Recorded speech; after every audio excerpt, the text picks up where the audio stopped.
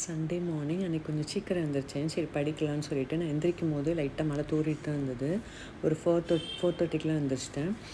எந்திரிச்சு படிச்சுட்டு இருந்தேன். பார்த்தா ஷீரோ குட்டி வந்துட்டார். பிள்ளைக்கு பசிச்சிருக்கும் போல் வந்து அப்படியே பக்கத்தில் உட்காந்துட்டான். அப்புறம் மேரி கோல்டு இருந்துச்சு, சரி அதை எடுத்து ஊட்டி விடுவோம் அப்படின்னு சொல்லி ஊட்டி விட்டுட்ருந்தேன். விடிஞ்சதுக்கப்புறம் பார்த்தா நல்லா மழை பிடிச்சிருச்சு. மழை அப்படியே பயங்கரமாக தூறிட்டே இருந்துச்சு. பிரேக்ஃபாஸ்ட்டுக்கு வந்து கேப்பக்கூழ், அப்புறம் ஸ்வீட் பொட்டேட்டோ, தென் ஒரு பனானா சாப்பிட்டுட்டு வாசு வந்து நான் போய் ஃபிஷ் எடுத்துகிட்டு வரேன்ப்பா அப்படின்னு சொல்லி போயிட்டார். நான் மத்தி மீன் இருந்தாலும் கொஞ்சம் எடுத்துகிட்டு வாங்கன்னு சொன்னேன். ரொம்ப நாள் ஆச்சு சாப்பிட்டு, எனக்கு ரொம்ப பிடிக்கும். அதனால் சரி அது கொஞ்சம் எடுத்துகிட்டு வாங்க அப்படின்னு சொல்லி எடுத்துகிட்டு வரவும் கொஞ்சம் நேரத்துலேயே நான் அதுக்குள்ளேயே ஃபிஷ்ஷுக்கு தேவையான எல்லாம், குழம்புக்கு தேவையான வெங்காயம் பூண்டெல்லாம் உரித்து வச்சுருந்தேன்.